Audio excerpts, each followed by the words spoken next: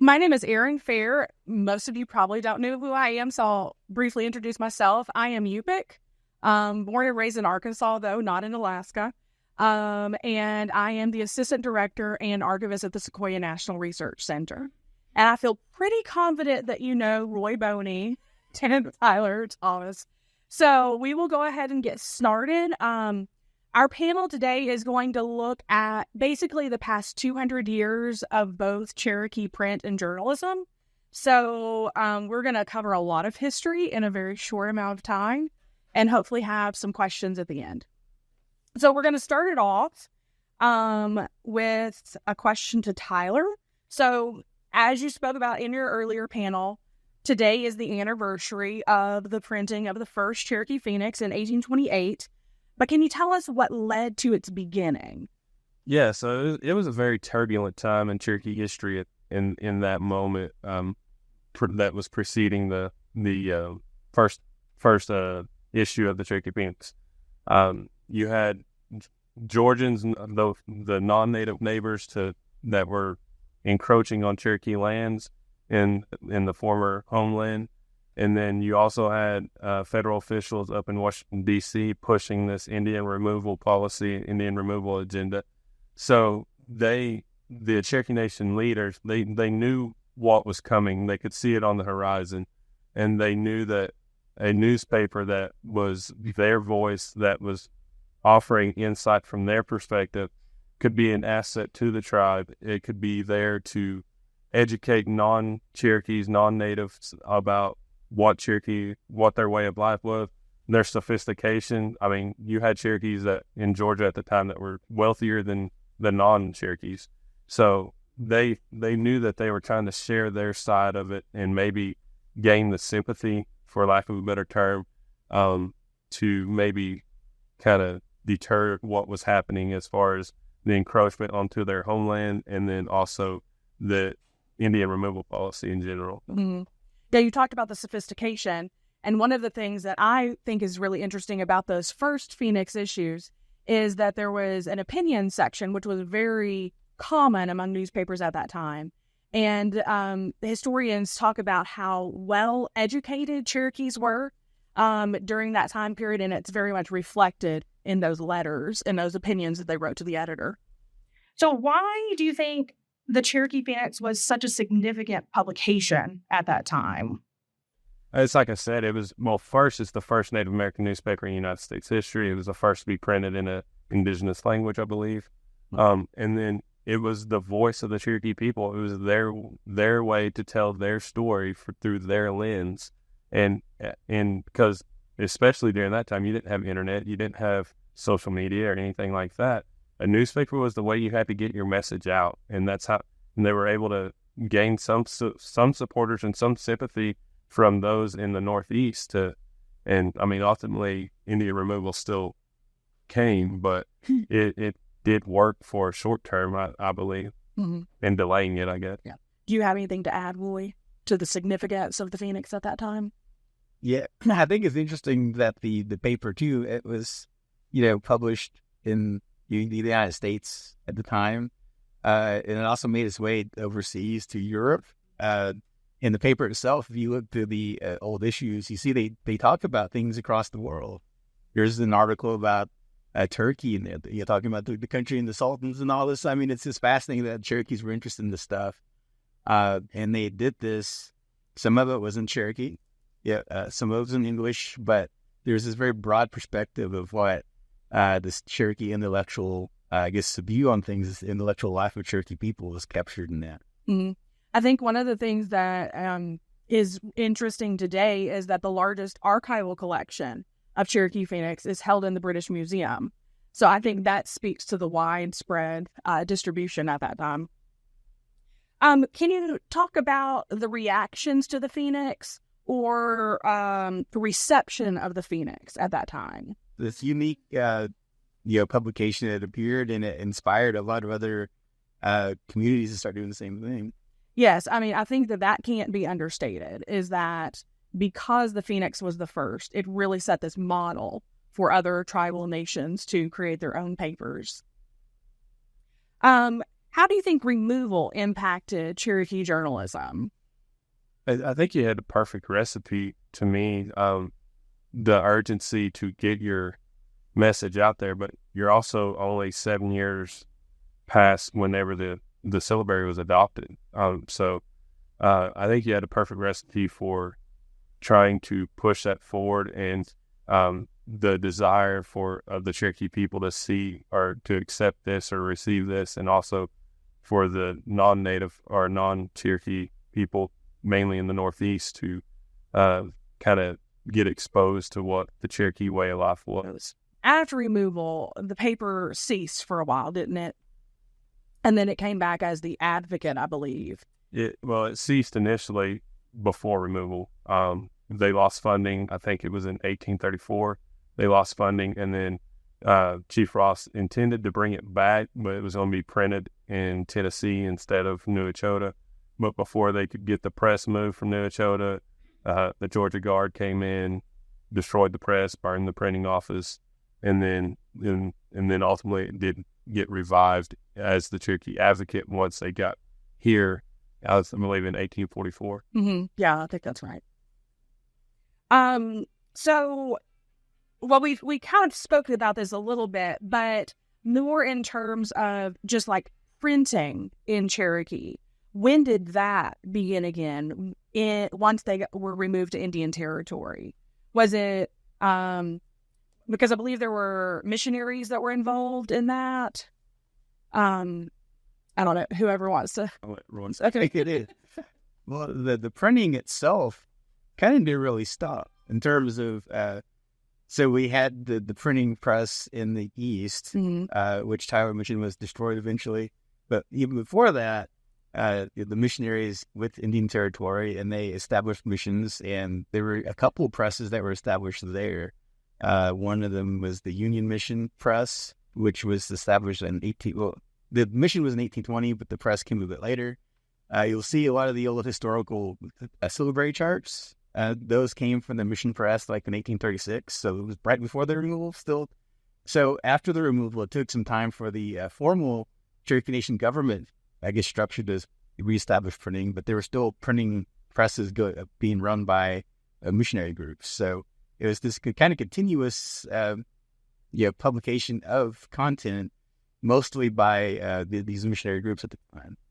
By the 1840s is when the Cherokee Nation itself established another press, and then, as Tyler mentioned, 1844, but that's when the other newspapers are coming out. Mm-hmm. So, Roy, how do you think the syllabary itself has changed over the past 200 years? Like with technology and, yeah. Yeah, well, it's changed, not a whole lot, but its transmission, I guess, has. The first printing of Cherokee was in 1827. December 1827, there's a little newsletter that went out to the missionaries, and there's the first 5 lines from the book of Genesis. And if you look at that, the character set is sort of like the prototype of what would it become. When it went to the printing press with a newspaper, they modified it just a little bit more for legibility.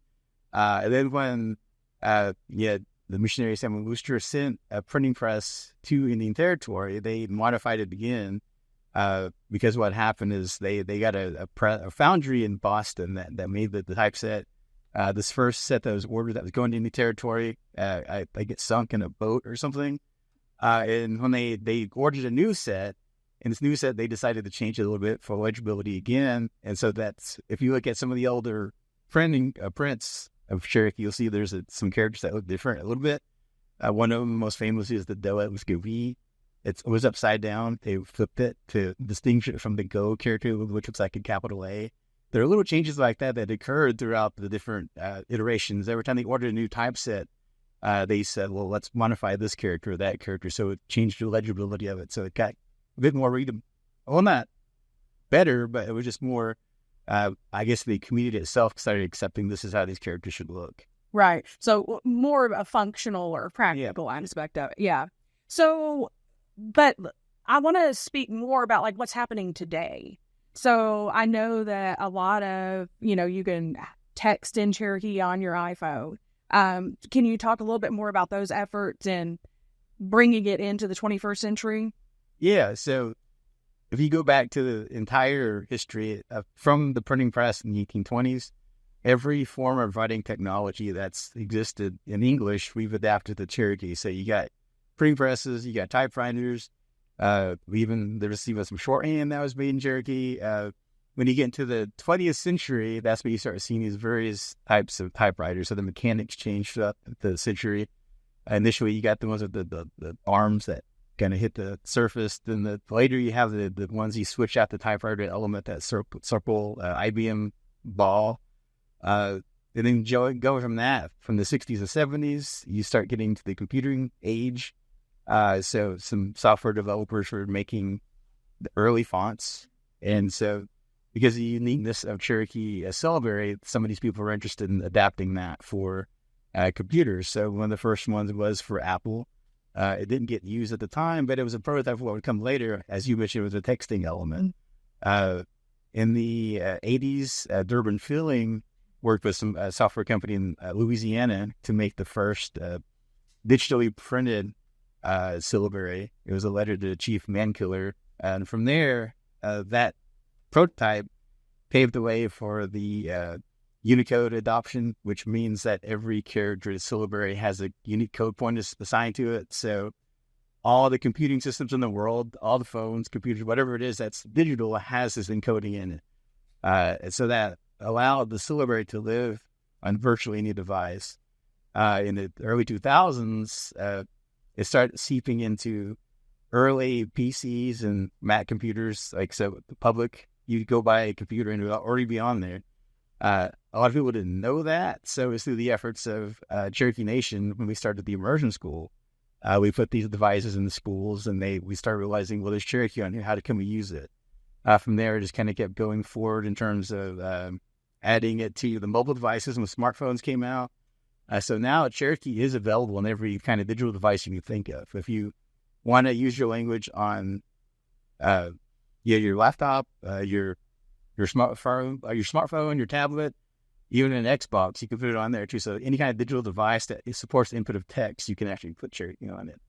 So an interesting side note. So we brought a handful of items from our archives, and they're next door available to see. And I was typing out the labels, and I realized that I don't have the Cherokee keyboard on my computer. Well, our IT department is so strict that I wasn't able to get permission in time to, type up the labels. But since I realized that I have to get permission, I'm like, okay, I'm going to make sure that that's available for me. So Tyler, now that you have social media, do you do posts that are in Cherokee syllabary? We have some Cherokee syllabary in our posts when it's part of the story. Especially those stories that we've done in the All Cherokee issue. Mm-hmm. So we've utilized that, yeah. So what efforts are happening today that you see in promoting Cherokee journalism? And either one of you, both? I just think the work that we're doing, we're a newspaper that has a circulation of about 142,000, 143,000, somewhere in that area. We send papers across the country, all 50 states, U.S. territories, Canada, Puerto Rico, and I estimate that of those 143,000 that of our circulation, that paper's probably reaching about 3 times that. Mm-hmm. So we are actively sharing the Cherokee story, Cherokee news through a Cherokee lens, and we're seeing more people take an interest in being storytellers, whether that be through media or film or podcasting or whatever it may be. You're seeing Cherokees take an interest in that and telling the Cherokee story through a Cherokee lens. And then kind of piggyback on that, more in like a widespread usage of Cherokee syllabary. What do you see, Roy, that's like happening, whether it's in art or popular culture or, anything? Yeah, there's been a huge explosion in the use of syllabary. I've been doing this for quite some time now, I guess. It's interesting to look back, see how it's changed. Initially, it was for a lot of people, the syllabary, well, it is a marker of Cherokee identity. Everyone will see this and say, that's Cherokee. but a lot of people were afraid to use it initially because they didn't know what how to pronounce or whatever. But a lot of that fear is dropping away. I think a big part of it is because of the access to it through technology. When we first started doing this in the immersive school in the communities, some of our people were like, well, we don't need that. We can just talk to each other. And they didn't see the importance of incorporating it into the daily life of everything. As it kept going, though, we started seeing more people, take to it and adapt it. And so we started seeing initially some of the grandparents would get messages, go short things in syllabary for their grandchildren. And they kind of brought everybody together.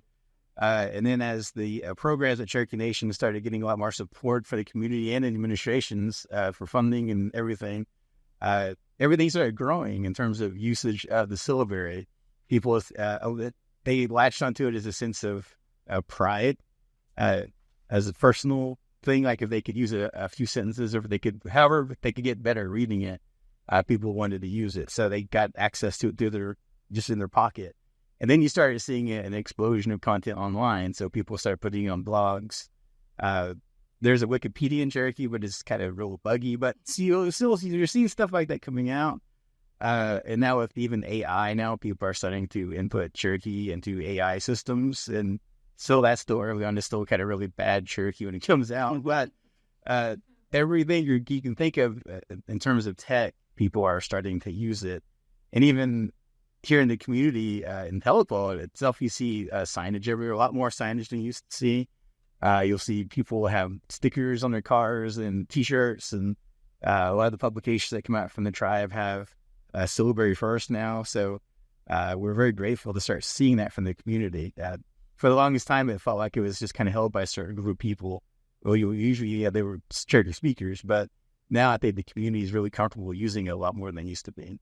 Yeah, I think one of the things that you have, through your career as an artist, is, has talked about this evolution of Cherokee identity and Cherokee syllabary. And we have your painting of Live Long and Prosper with Sequoia hanging in our office. And I think that just tells the story of how Cherokee people have evolved and been able to maintain their identity throughout time. So we'll end with this last question, and I want both of you to talk about it. So, what do you see on the horizon, in the future? Tyler, we'll start with you.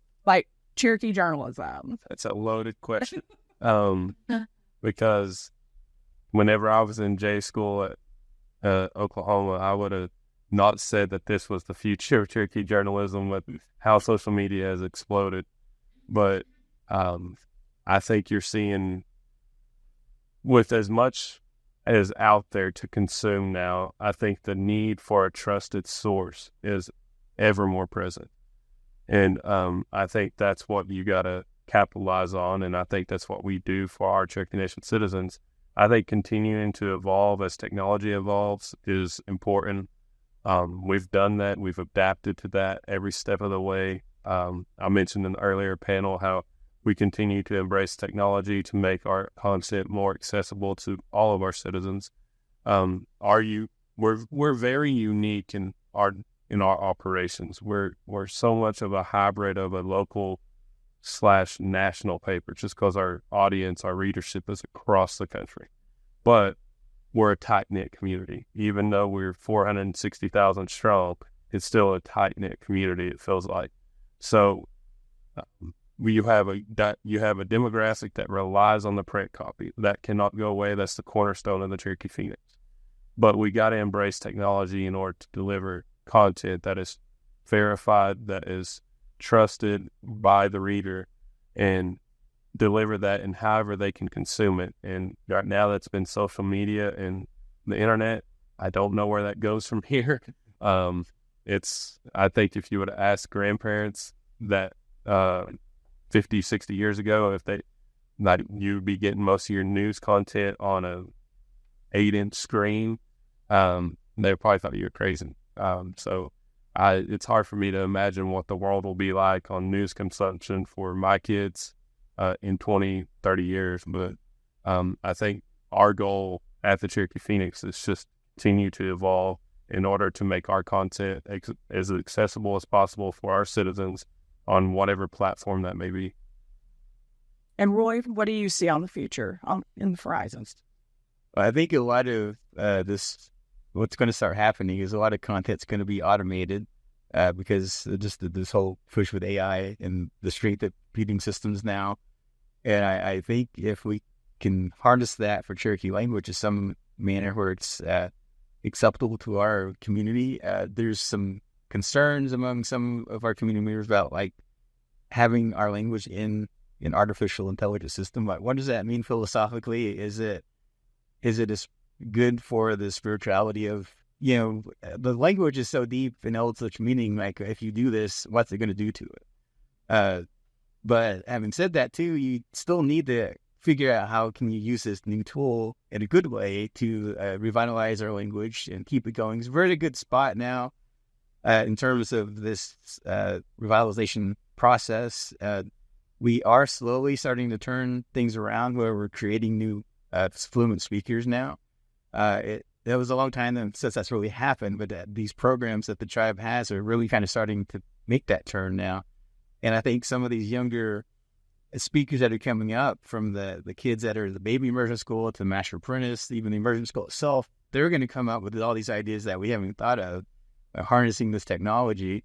Something I really want to kind of see personally is I want to see like really great like video games in Cherokee, and see like a lot more media content in Cherokee. So like films, animations, that kind of thing, original content, things that are dubbed in our language, just this whole broad swath of media in Cherokee language.